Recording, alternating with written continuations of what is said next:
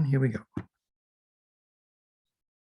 Hello, everybody. Welcome back to the Shareable Wave. Today's guest is so well known and highly regarded, he really needs no introduction. However, with your patience, because the Shareable Wave recordings also function as psychoeducation within a variety of mental health disciplines, for today's conversation, I'm simply going to highlight Dan's vast contributions to psychophysiology, giving voice to the Holy Grail of Bliss within the array of the collective field of consciousness. You know, it's hard to know where to stop because this is really just a slight dip into the extensive spectrum of disciplines Dan Winter has advanced. I'm going to stop there. Welcome, Dan. Shelley, you're so wonderful. You're the classic shaman from Canada and a hero for our Therify and Quantify and Plasma Fire and just a hero. We're glad to be with you. I'm so grateful to be with you as well and to have the Therify. I mean, one day we'll just have to have a conversation about that. You know, there's been some interesting developments out of the norm. So we'll come back to that perhaps during our conversation even. Great, but, super, yes. You know, with all the attention on kind of the recent conversations of Star Nation off-worlder assistance, but also interference, the one topic I don't hear anybody addressing is the off-worlder technology that has actually been tracking and inserting thought forms onto our planet. So these thought forms, as we know, they can exist as long as they have a receptor to feed off of, aka fear. But, you know, without even addressing that component, we, the people, the public, have been misled regarding every discipline and facet of life. And so knowing how to sort, there's your key word, knowing how to sort, how to give pure principle or that perfect charge distribution, the reins. We want to give that the reins. We want to hang 10 on the shareable wave, right? For the purpose of discerning between inserted thought forms and intuitive gnosis. Where are your thoughts coming from? And so to have that discernment, to have the mental tools to know internally, because this technology can mimic in such a way you would never know that thought did not originate within you. That's the issue. That is the well stated, the issue. Yes. And, you know, the first thing that comes to mind, of course, is the indigenous and aboriginal sense of if you're living day to day and you've kind of gotten in tune with, as they say, the voices of ancestors, and so that until your ancestors feel like family to you, your inner voices. Some people have their parents or grandparents, they kind of know who their inner voices are. And so there's that one sense of whether it's family, and even ancestral voices, the family is identified by their intent. So in effect, you recognize the inner voice is family because of the direction of its intent. And that gets back to the core question, which is what is really the pure intent, which is, I think there's a website, it's called theshareablewave.com. Hey, that sounds like a fun place to hang. Oh, that's your website, right. No, yeah, so the electrical question at hand for us electrical engineers is what actually is a shareable wave, or what defines pure intent. And thanks to you having suggested that question for this interview, I did some meditating. Oh, that's wonderful. That's always fun. And one image that kept coming to mind, I did the Gurdjieff sacred gymnastic, and we were taught by the Sufis, actually at Rashad Field, last year, and in the Gurdjieff School in West Virginia, Claymont. And of course, there have been recent articles in the physics literature about what we learn about physics from Sufis turning. There are serious articles in the physics literature, like, have you learned something about the nature of time? Is it defined by spin?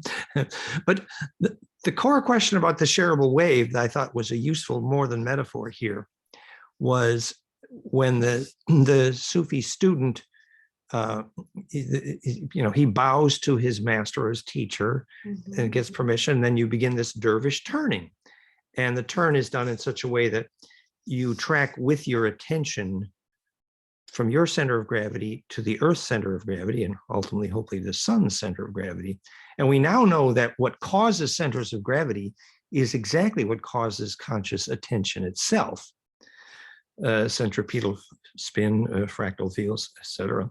So, but the essential question here, essential physics, the shareable wave, is why the Sufi student is so sure that if he or she does not get dizzy, that will be proof of pure intention.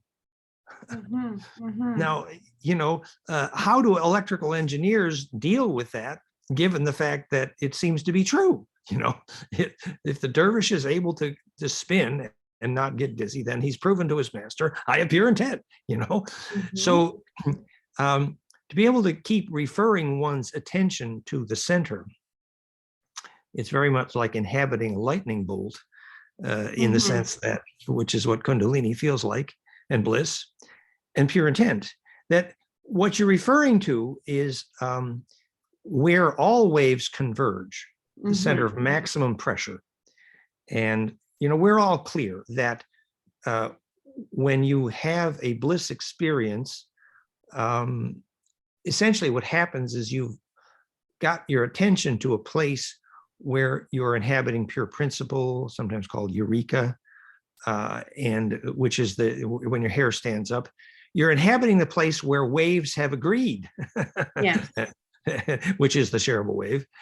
And so the physics actually is simple and clear, that the point at which the compression of plasma or charge is completed, the center of the lightning bolt and the center of the Sufi spinning, is a place where all waves have agreed.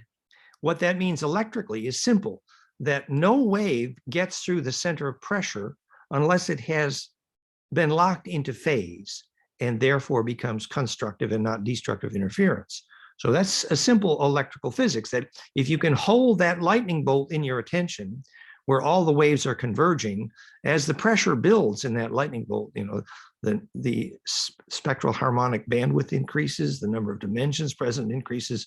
It's like this hero in the movie Powder, or Daniel Brinkley surviving death in a lightning bolt. So at the center point in the lightning bolt, all waves have agreed, and there is intense pressure, and all memories can commune. And where memories commune, there is the phase discipline that allows the waves to converge, which is obviously fractal. Visualize a rose. So what that means electrically is clear. Constructive interference is enabled at the point of implosion. But what it means psychologically is that wave is able to be distributed infinitely, as it were, because it has some information of pattern density, inertia, whatever you want to call it, which is of service to all waves in the array. And the more pure principle that you've inhabited, the more the further that wave can propagate. Heaven, planes of Sharon. So this is a long way of saying, if you can focus your attention in such a way that you do actually support charge implosion, you're supporting not just the physics of the collapse process, but the psychology of the perfect collapse process, which is how most psychologists refer to the ultimate therapy, as a collapse process. What is collapse is, in fact, the intention of all the people that you thought one time had hurt you. Now you know what their intention was and what their needs were, and you feel them inside you instead of outside you, and suddenly collapse is perfect. So it's very, very clear in the physics, actually, that when you inhabit the center of plasma implosion, you have, in fact, inhabited a place where every intent has been sorted literally into phase. And but then one could ask if we have really answered Shelley's question, which is, well, can I then tell which inner voice? And the implication is that gives you the tools, because you begin to recognize, Valerie, for example, knows which ancestor is calling by which ear is ringing how. So you have recognition tools. That is really, really fun. And I mean, basically gave us the answer with your very first sentence. However, we'll break it down because it's so much fun speaking with you, but also just so that everybody has a chance to hear it a number of times so it can sink in from different perspectives, right? The different angles of light are our angels providing us with the guidance, right?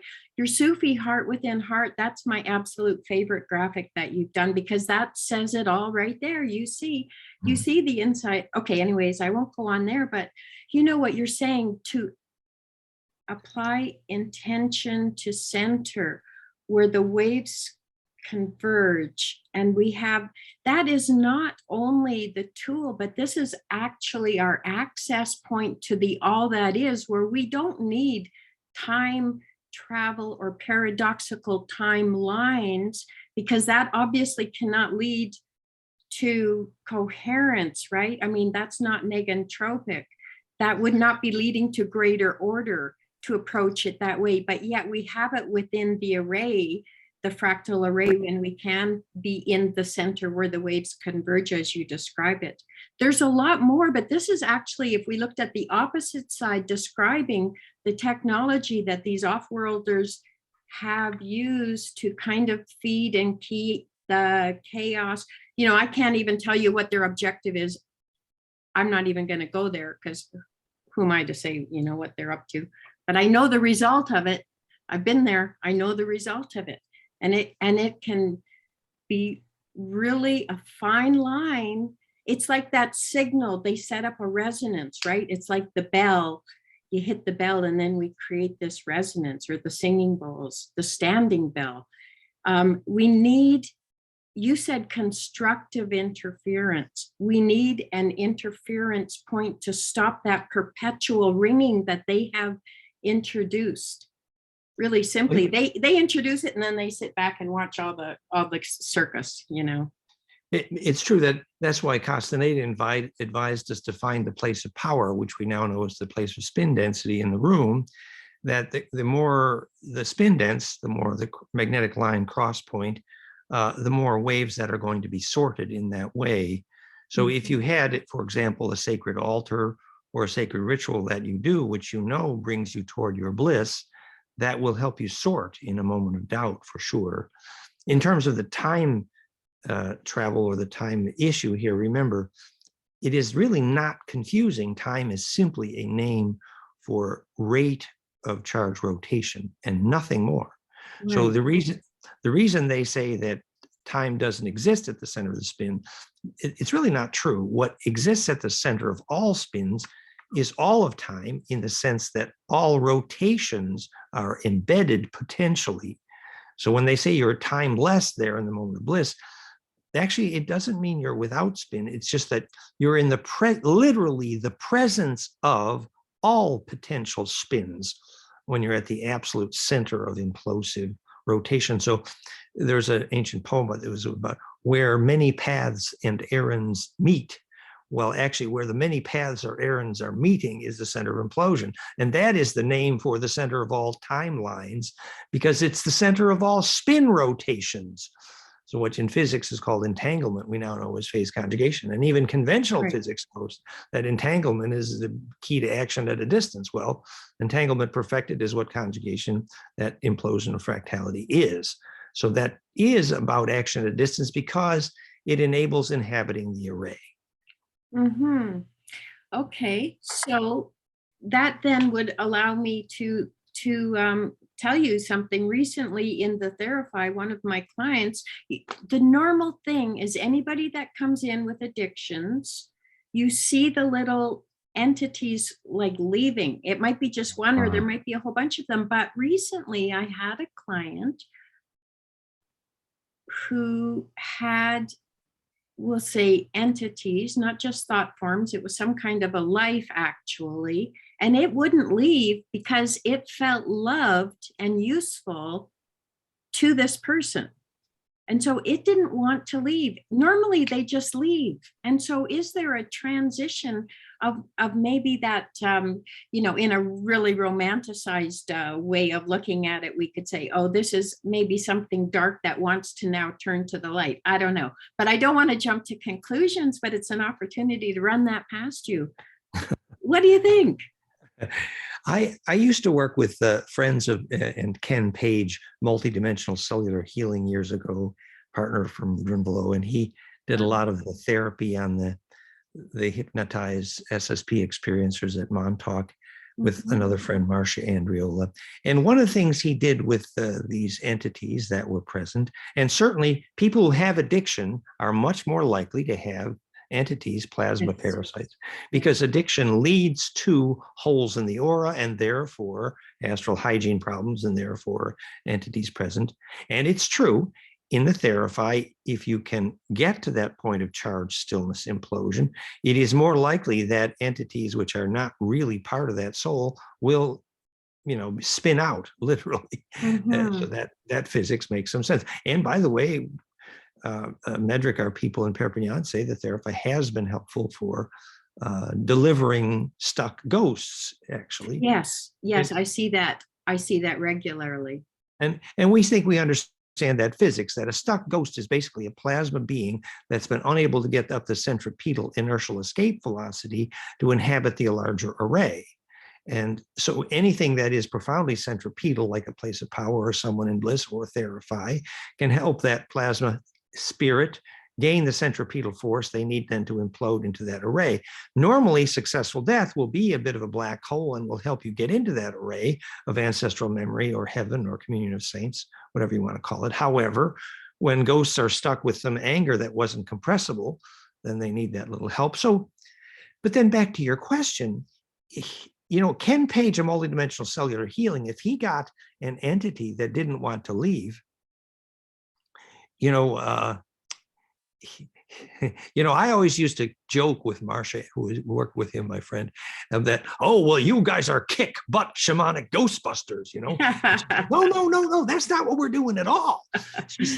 She said, no, what we do, he actually used muscle twitches. The person sort of relaxed in hypnosis, and then the little finger, he would talk to the little finger. There'd be a yes, no, and he'd be talking to the inhabiting ghosts, and having a negotiation. Right. And there was one fun story. So apparently there was this huge, big, dark ghost that one person that really, I was thinking, well, you're a kick butt Ghostbuster, aren't you? And no, he says, no, we have a loving conversation, and so the inhabiting huge plasma ghosts said to Ken Page, I'm going to ask you 3 questions. It was really a bargain with the devil kind of movie. And I don't even remember the first 2 questions. But the third question the ghost asked Ken Page was, well, who am I? Okay. And Ken Page wasn't going to come back and say, you're some great, big, giant, nasty ghost. No. Right. You know what Ken Page's answer was? It was, you are the twinkle in my eye. I am so going to borrow that. and the plasma ghost says right and left immediately. That's going to be of great utility. Thank you. I guess essentially, if there's enough compassion present where everyone feels everyone else's needs, Yes. Okay. But then you also identified something else that physics loves to talk about, and that being the observer effect. So simply by seeing it, are we? Yeah, that's true. That effectively, and that's what a twinkle in the eye is by the very fact of being willing to witness. So the ghost essentially needs your attention in order to live. And so your attention is, in fact, the gift, because intention is access to the black hole. That's what attention is. So absolutely the witness effect. And physics recognize that as an observer effect, but that actually is the gift. Yes. Because it provides the black hole of delivery from. In other words, we know from the kids who see without their eyes, they're literally closing their eyes and they see a plasma vortex tornado, and the tornado forms an eyeball. Well, attention is that plasma vortex, and it's a gift because it's centripetal enough to achieve delivery, actually, into literally distribution, which is called heaven. And isn't it so phenomenal who we as humans actually are, that we have never tapped into any of those capacities, that exist not just within our holy temple, our DNA, but in our access with our relationship to consciousness or to spirit, however you like to look at it. But in agreement, bliss, agreement, that agreement of bliss, that's the opposite of fear. And it expels whatever the parasite happens to be. In this case, do I assume that's not a parasite then, hitching the ride on my client because it wanted to stay and be loved? It felt like it would be useful.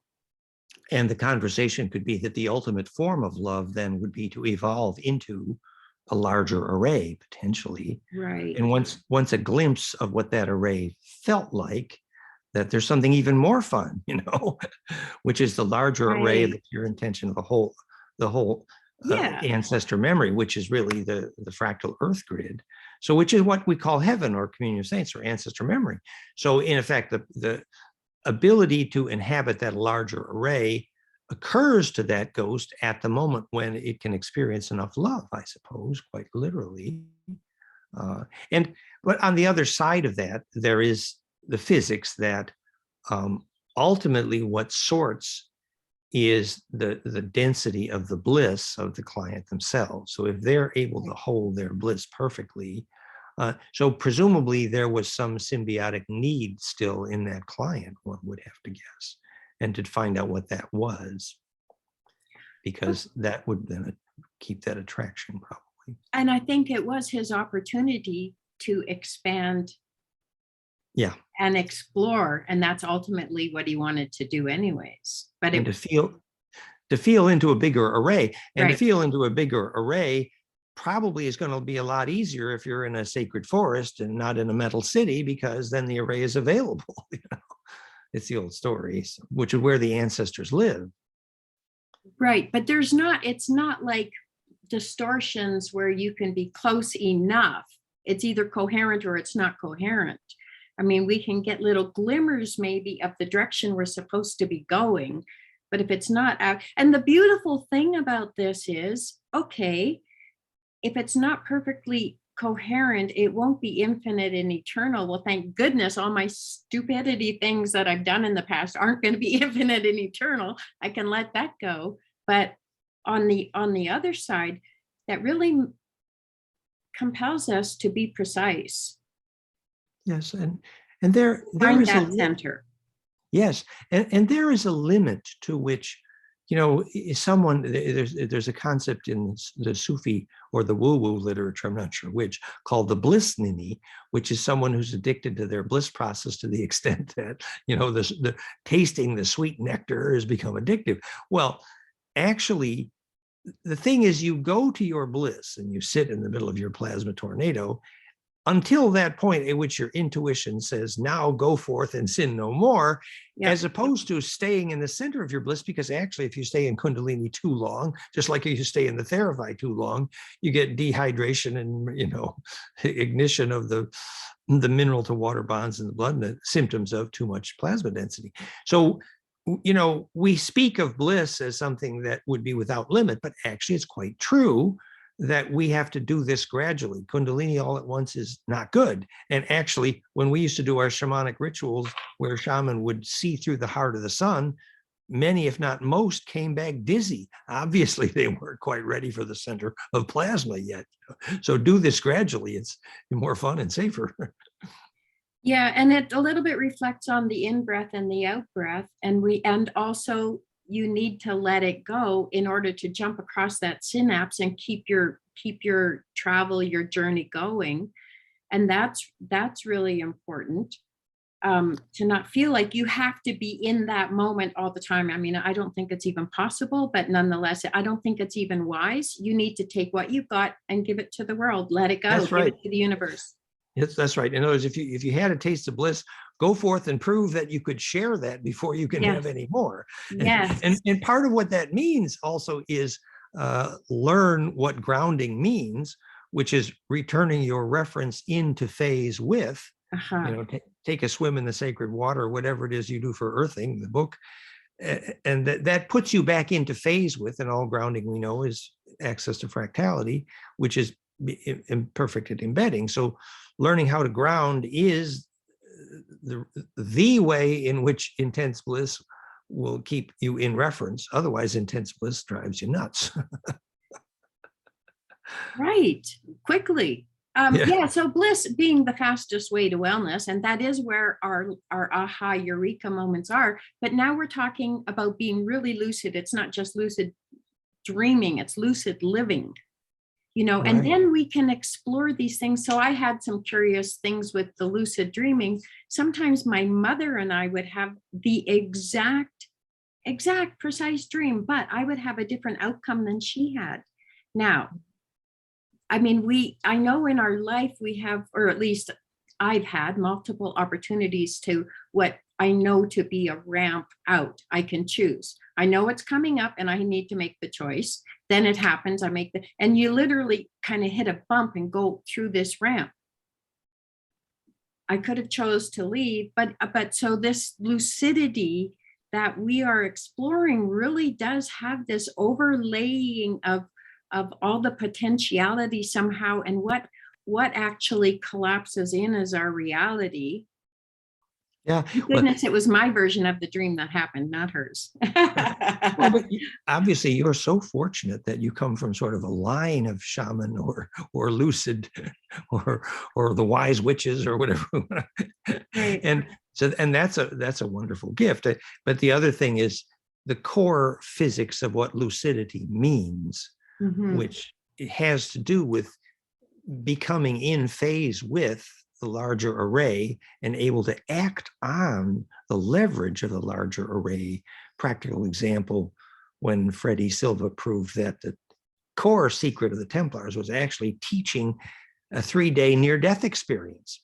And the reason was because coming back from a near-death experience actually gives you lucidity, specifically in the sense that you now are more in contact with the array, which is ancestor memory, which gives you place of reference. And I often use the example of my father's powerful near-death experience when he was very young. And my father was one of these people that was never bothered by the little stuff. He always had the big view, That's and great. No, that just hit me from another angle. Thank you for repeating that story. It's a great story, but it's useful every time I hear it. Sorry, carry on. No, well, yeah, and so what Freddie called it the art of resurrection. It literally came back from the dead, but what it meant was that once you can regularly get lucid in the array, and near death is just a way to start, but if you learn how to do the breath exercises and get into lucidity regularly, it means that the information of the array is readily accessible to you, giving you the most high leverage access to perspective about any big decision. So effectively, it's what the Aboriginals would have called ancestor voices, but it means the whole array is actually alive and working inside you. And yes. If you saw the Aboriginals sitting there, you'd think they're doing nothing, but their eyes are closed and they're actually sending their plasma body down the song line and acting, doing action at a distance, quite literally, because the array is alive and well inside them. Song line, dreaming track, lucidity. Right. And then we can, I just see that as our opportunity to choose any area code we want in the oneness that is, and we can have that information, understanding, or experience. Okay, so dense plasma charge circulation, lucidly inhabiting the array. So I quoted you saying that was mindfulness, but I wanted to check with you. I put your initials beside it, but I wanted to make sure I had that right before I actually committed. Well, first, just stepping back a minute, another thing the Aboriginal is very clear on is which of the song lines are in their family. So they have a very definite sense of which family, which ancestor lines inhabit which parts of the array, and gradually that grows, but it's very organic. It's a root structure, quite literally, and we now know what the plasma array is. It's fractal field, et cetera, the sacred sites. But then back to your question about mindfulness. Since everything in physics is a plasma vortex, it doesn't really help very much to say that consciousness is a plasma vortex, but so is an atom, Yes. and so is a wormhole. But that's beautiful, because we can go and experience an atom, or we can experience a universe. We can experience the entity that is a star, for instance, Hopi flower of death. I don't know what star she is, but she was incredible and beautiful, and she knew me more than I knew myself, because she knew all my lifetimes, everything about me. Wow. And so and because she told me her name was Hopi flower of death, it made me think of Peshmet. And I don't know if that's anything relating, and I don't know what star she is, but yes, well, this is how we do that for those people who want to do these kinds of journeys. It's easy. Well, obviously, I love it that you mentioned Peshmetin, 1 less than 10, the way of the 9, because we just did these films with Elena Denon about the 9 and the returning cedar races, being Thoth, etc. And we did the physics of the 9, Peshmetin in the Hopi sense, which is the plasma geometry that allows a being to become self-aware, which in this case was 9 stacked toroidal plasma donuts, which is straight out of Los Alamos Plasma Research. That's all at goldenmean.info/whale dreamers. So the fact that the Hopis had a name for the intelligence of the 9, Peshmetin, is a good indication that they were experiencing in their shamanic inner journeys of lucidity the actual plasma physics of how higher dimensional, which is really larger, plasma beings radiate like a flower, quite literally, which is your metaphor. Okay, but this actually raises the question that I jumped in with to begin with, and I don't want to be delusional. That's the experience that happened to me, but can we call that a truth? Can I go out there because I've talked to Hopi elders and nobody's ever heard of Hopi flower of death. I mean, Oh, I see flower of death. Well, we could. So would that be just my own, higher trying to give me information, or is this an actual thing, or does that actually matter if this is an actual entity or not? Well, I've had so many of these. I'm admiring you being the shaman mystic here. I'm the humble scientist trying to keep up. I love your shaman mystics, but I would say Hopi flower of death is a fabulously useful metaphor. For those of us who have been studying the physics of death, as I have for 30 years, goldenmean.info/immortality, done dozens of lectures. There's the sequence of 4 specific visions, Heinrich Kluwe form, Constance lattice, cobweb tunnel spiral, that you see at the moment of death, teaches us that flower-like implosion is the critical element to enable a successful death, because that's what allows you to implode and then radiate into the longitudinal array, which is ancestral memory. So you ain't going to get through death unless you did the flower. No, that's right on as far as I'm concerned. Okay, that's fantastic. I've got lots of electricity, so I'm happy I ran that one by you. and the Hopis have a very particular tradition around that, which is interstellar. They've been talking to the Anunnaki, the ant people, the Sipapu.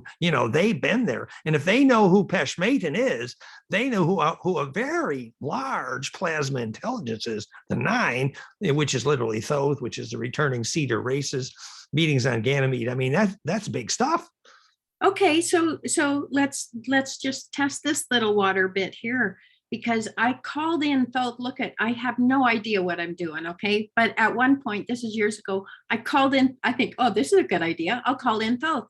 I call in, but it's just called I call, say, Tehote. I used specific chants, which I won't repeat because I'm not sure it was a good idea, but Thoth appeared in my room where I was, and he had this big ibis mask on. And I was wondering, as soon as I had the thought, why are you wearing the mask? That's I immediately knew if he didn't have that mask on, I would have perished instantly, but he picked me up. And when he picked, like, this is all happening simultaneously. I knew he could have skewed, like, it was literally an awareness. He could have skewered me. He could have killed me instantly. And I mean, thankfully he didn't. Well, that is what Thoth looks like in all the Egyptian carvings, and the ibis. And there's a very wonderful particular meaning for that. It has to do with bird tribe, but I got to come back to that. Yeah, Return of the Bird Tribe, and Quetzalcoatl, Veracocha, Hermes, they're all Thoth, depending how you look at it. So, and it also means consumed perspective, which is literally the skewer. Yes. So but the fact that you had the privilege of doing I can talk about it, but you had the meeting. I think it's pretty cool. It didn't last very long because I passed out he picked me up, so I didn't crash, but the bird tribe you were talking about, speaking to ancestors, just this morning, a friend of mine says he loves listening to the songbirds in the spring because, as his grandmother taught, the songbirds are calling to the trees to wake up. But he also knows that that's his grandmother's voice he's hearing, in the bird. So that's a point of reference where he can enter the array by being just truthful and honest and authentic in that moment. I knew Ken Carey when he was writing Return of the Bird Tribes, and then when we talked about the bird tribes with the Haniwahu of the Cherokee, she said their name for them was Adawi, what we call Ophanim, but Adawi Ophanim means the whirling ones, which they called the bird tribe. But the feathers of the bird in this case were more than metaphor for the leverage of plasma projection, actually, as in the headdress of the Indian shaman. So the organic nature of plasma projection, the leverage on the plasma, what literally gives them wings is the feathers. And therefore, the Return of the Bird Tribes was more than metaphor for inhabiting literally interstellar plasma intelligences, clearly, which was evidence when we showed Dahani Wahu of the Cherokee, the ancient Ophanim Enochian alphabet straight out of John Dee. And she said, that's the alphabet of the Adawi, the ancient star elders of the Cherokee, who's, talked about bird tribes again. So, and the bird tribe always, the Return of the Bird Tribe was essentially about Thoth, Veracocha, Quetzalcoatl, which then we see from the only planet of choice is who the nine apparently were, even though Puharich didn't originally know that when he first channeled the nine, which became Deep Space Nine, and now apparently is the returning Cedar races.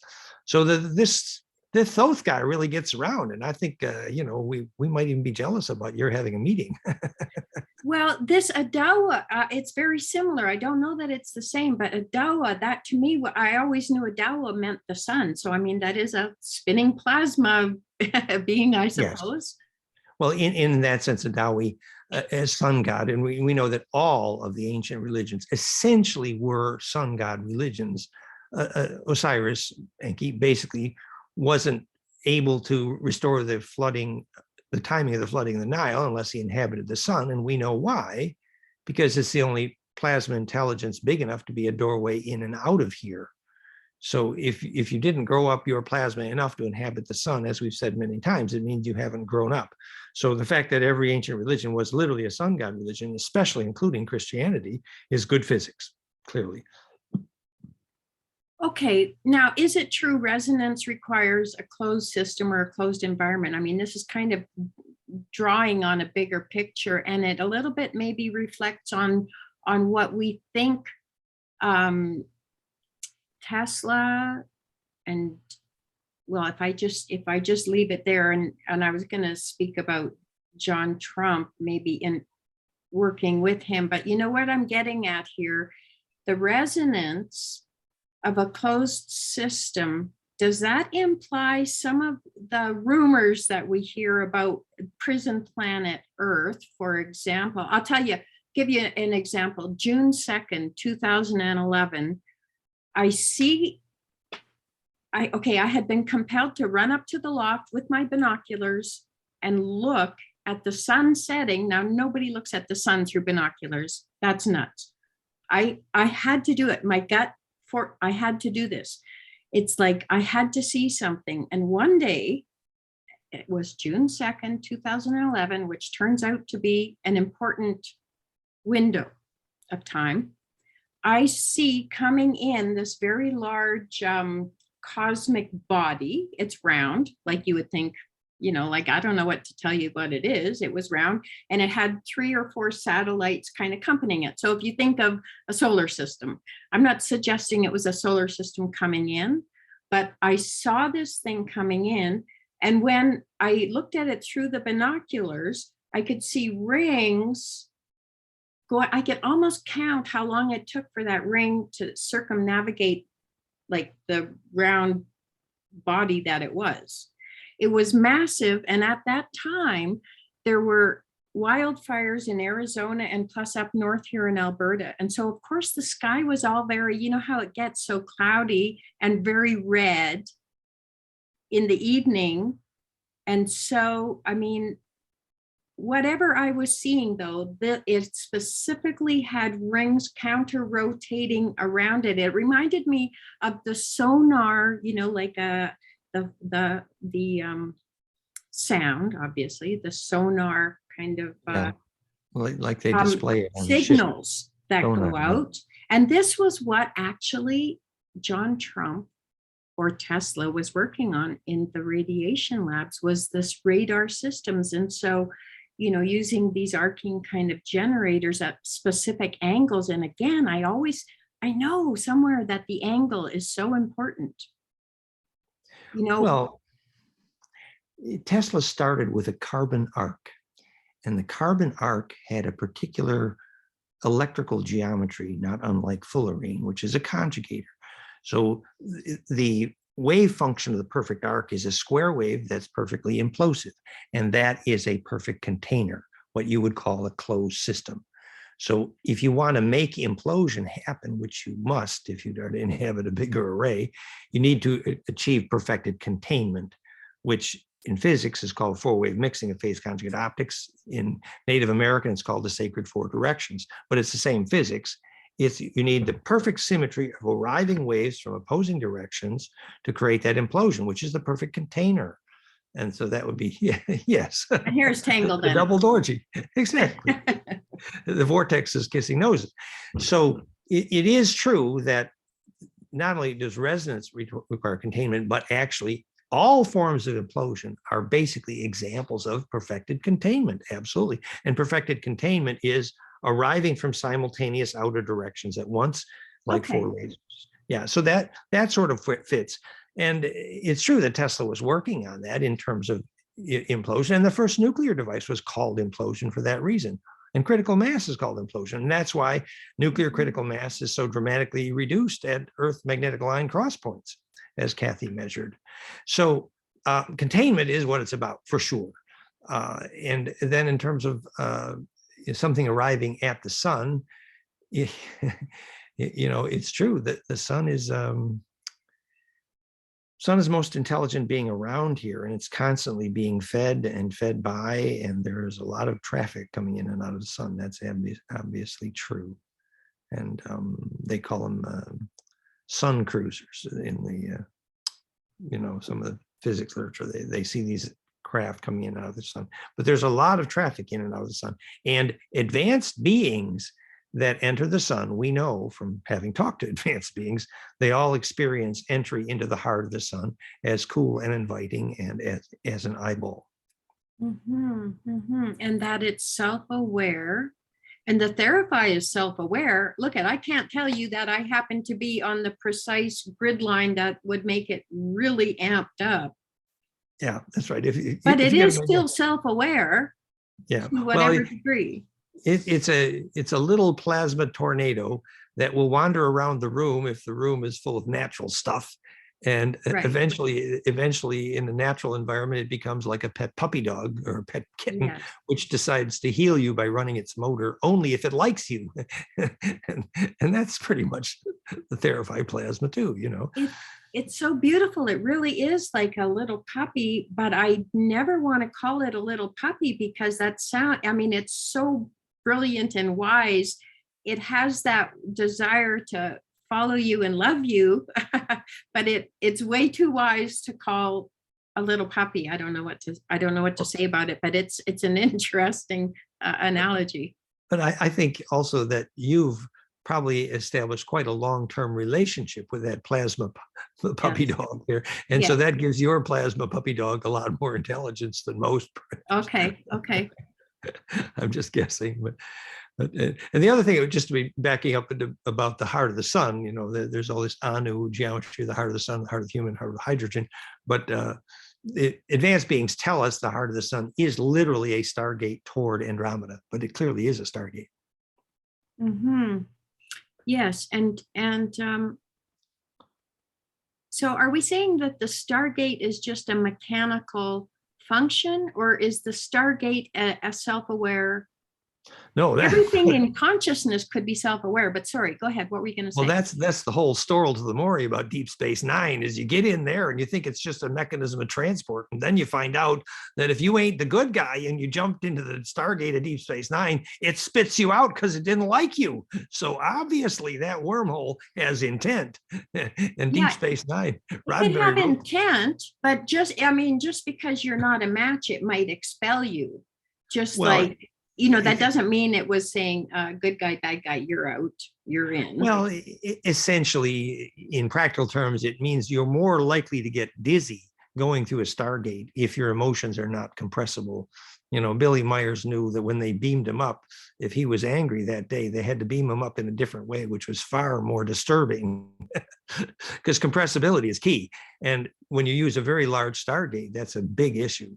Because essentially what's happening, we talked about this in the film with Elena Danana on the physics of stargates and portals, that all the stargates are modeled correctly in the movies as a liquid surface. The physics is clear.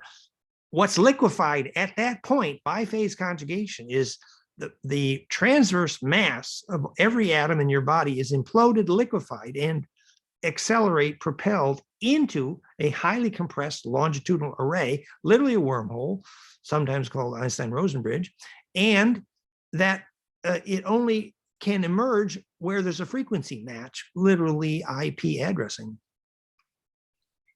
I'm getting the vision of Abraham Hicks going, whee, as she shoots out through the, well. Yeah, and in the film, Elena was very clear. The Orion Wars, the whole history of this part of the galaxy started as an argument over who gets the big Stargate. Right. And that is the big Stargate, but we all have access to that within us. So why the big fight? We all have access to that. Well, on our planet, it was Uru Asa Elem, Jerusalem, which was the local Stargate. And that's where the war was about. So it is essentially, the advanced SSP experiencers can do literal portal work with their lucid dreaming. That's Jean-Charles Moyen and our friend Russ here. These are people whose lucid dreams literally, when they come back, they have sand in their toes. Right. So a highly lucid dream is introduction to Stargate physics. Right. And that lucidity is the tool that we're wanting to offer for discernment about where your thought is coming from. Is it a match to the goal and to your, we'll say, there's a lot of ways to describe it, but does it match where you want to see yourself, basically? And maybe to try to put that into practice or context, our friend Jean-Charles Moyen, the French SSP survivor, who clearly had, when he was young, had these many lucid dream experiences where he literally was there. The parents witnessed sand beneath his toes after he came back from the beach in a lucid dream, So, but my speculation would be that his aura was particularly coherent and centripetal, enabling. And part of the reason that was so probably had to do with some ancestral context that was very coherent, kind of the long line of ancestors kind of thing. So persons whose aura has become more and more solidly centripetal have more access to that, obviously, which is well, can other people then piggyback on that? Other people who maybe don't have that kind of coherence, and is that part of what they're using him for? Or does he just have to go and then bring back the information? Because this question's leading us somewhere. Let me Yeah, get that. I mean, I think gradually over lifetimes, we build that kind of coherence. So in the local sense, we learn the breathing discipline to get lucid in the dream, how to look at your hand to implode the homunculus and get lucid in the dream. There's all these techniques. Now there's actually recent scientific literature. They know what frequencies, alpha and gamma, 25, 45 hertz, trigger lucid dreaming. It's replicable. We know why Therify.net triggers lucid dreaming, because those are the frequencies of implosion, which make your aura centripetal enough to then propagate in the longitudinal array, the lucidity. Yeah, because what I'm thinking is the 19.5 degree mark, this is where I think it's where the eye. I think I think that's a tetrahedral latitude. I could be wrong, but Okay. Well, it plays in anyway. Go ahead. well, a tetrahedral latitude, the fact that the tetracubic visualizations, that particular tilt angle sets up the cubic conditions, which are called phase conjugation in optics, which is the 4 directions. And then finally, after the tetracube is stable crystallization, then and only then can you do that classic 32-degree chin angle tilt, the angle to embed a cube, rotate into dodec, chin angle of the Sphinx, which then goes from hex to pent and thus implodes. So can this be the event that people talk about that is allegedly, one of the potential But if the event, like the solar event, could it be something that, say, with even going back to what I was referring to with the Tesla kind of technologies, could it be created in this closed environment? Well, astrophysically, the concept of photon cloud, I think, which was pretty whimsical, actually has been landed in physics recently when it was more understood that as the solar system, solar precession notation of the solar system, then comes into alignment with the right angle cross of the galactic equator, sometimes called photon cloud, the plasma density, the number of superposed axes of spin rotation increases, sometimes called the rapture. And so that ability for where many paths and errands meet, that implosive compression becomes more broad spectral. And as that happened, the Earth, this, as we say in the rapture, guns will melt and the ancestors will rise. Well, we know that physics quite clearly. The metal and guns will heat because of the wrong dielectric, and ancestors rise because plasma distribution enables. So actually, and more people will lucid dream who are able, and those who are not will go nuts faster. That's the idea, because if you can't anchor your thought to a shareable wave, the center of the lightning bolt, you don't survive the rapture. And that's good physics. Right. And so have any of your friends alluded to the people who actually kind of are the ones leaning toward the going crazy thing or can't get there? Or is there a mechanism in place to, go out and capture them, kind of almost? I don't want to talk about being some kind of savior, idea, but is there? I don't think we need to look very hard. I don't think we need to look very hard for those who are going nuts faster. We're surrounded. but is there a way to help them? Therein lies the right question. And it's really quite simple. The more you teach people the physics and this science hygiene for following their own bliss, which is simply how to feed the aura, fa'atun, the more people learn to take responsibility for the implosion of their own aura and thus survive the bliss and survive into a lucid dream. Rather, if they can't, in a widening gyre, the center cannot hold. Well, the side of the center that cannot hold is the fact that you haven't identified pure intention, which is a shareable wave, which is a perfect purpose for being, which is who you are. So the more people recognize who they are, and then learn the science of aura building, the more people can actually inhabit the larger lucid dream and not go nuts. And that brings us back to, like you said, astral hygiene. That's right. Learning about that. Yes. And that's just such a common, simple step everybody on the planet can improve moment by moment, day by day. It's really simple. And there's a diet aspect to it. There's environment aspect to it, a natural building, avoiding electrosmog and metal. Mm-hmm. And then there's a every thought you think every day, how many of those thoughts were shareable, start to count, and Yeah. and then there's the astral, recognizing your inner voices. And so there's all these levels to that, but it is simple. It's simply in each case what allows your aura to implode toward bliss.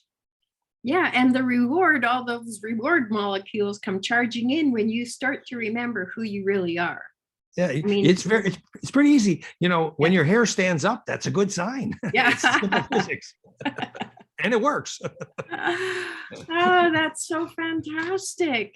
That's so wonderful. I appreciate so much you spending time and your generosity always in sharing your insights and doing it in such a way that can just makes sense, it just puts it into a nutshell and there's no wondering what he meant by that. It's pretty not really precise. complicated. And you have the intuition and the shamanic skill and the ancestors who were, who were healers. So, we're the thinkers and the scientists, but you met Thoth. I think that's great. It is, but I have to ask you, to interpret all that stuff for me. So I think it's good. And so this is also something else that I learned long ago. We need to go through this together. We are one. We can't just, some of us go and some of us can't. That means fail for everybody. This is a collective experience we're doing here. And it takes all of us. And thank you so much for helping so many people with your insights. Just profound. You're so, it's the kindness in your generosity. I think that speaks to the hearts of everybody who hears you. So thank you. And is there anything that you feel like in the original question, how do we find these mental tools to be able to discern? So we've given some techniques about checking in with thoughts. First of all, catching the thought, interrupting the thought, so it doesn't just keep taking you in that endless spiral down the rabbit hole. But as far as an actual tool, we have the astral hygiene. What else would you say? Well, if you sort of keep asking yourself, well, who am I? And you eventually see some pattern of intended service, which is a thread that goes through more than one lifetime. And then you can compare to the service to that thread. And so that allows you to test, which inner voice was that? Was that it's a scene from Jane Roberts' Seth, Education of Oversoul 7. The intent of the soul bled through 7 different incarnations when there was a pattern that it connected one lifetime to another.